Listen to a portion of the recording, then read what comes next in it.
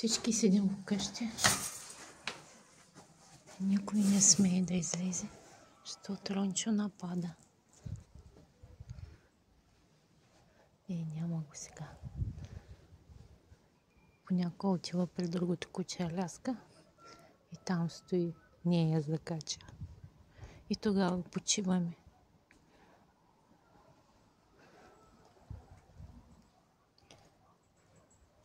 Ани. Се чува. Тук той се чува.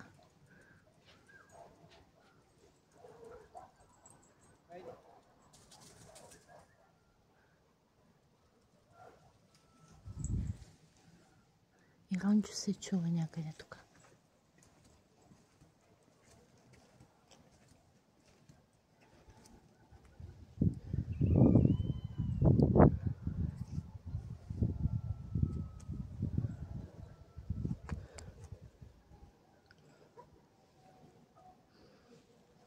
Сигурно отдолу под свода.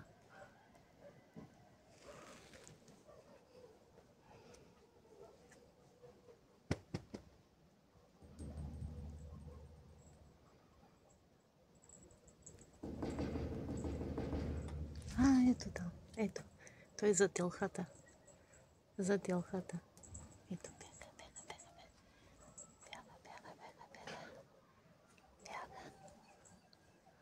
Ето видя.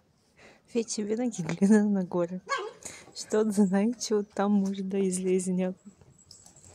И много му яд, че не може да ме стигне. Много му яд. Че няма как да ме стигне. Рончо, не може ли да стигне, мама? Не. Айде, нали искаш да се разхождаш? Разхождай се. Във Варна те спокойно не можеш да се разхождаш. Там аз те водя, а тук можеш навсякъде да бягаш. Да, мамо. Да. Доволен ли си? Така. Така, Рончо.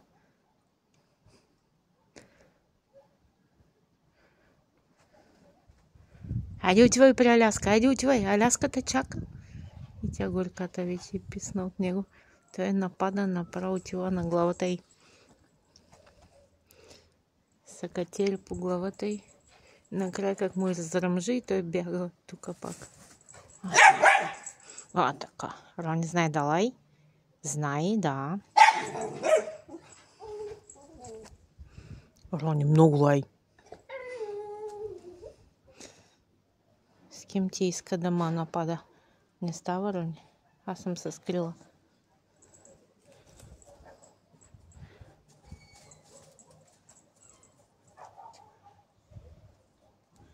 Така. Някой излезе да видим как ще реагира. Между мен и някой избира мен. Не. Отива да хапи мъжи ми.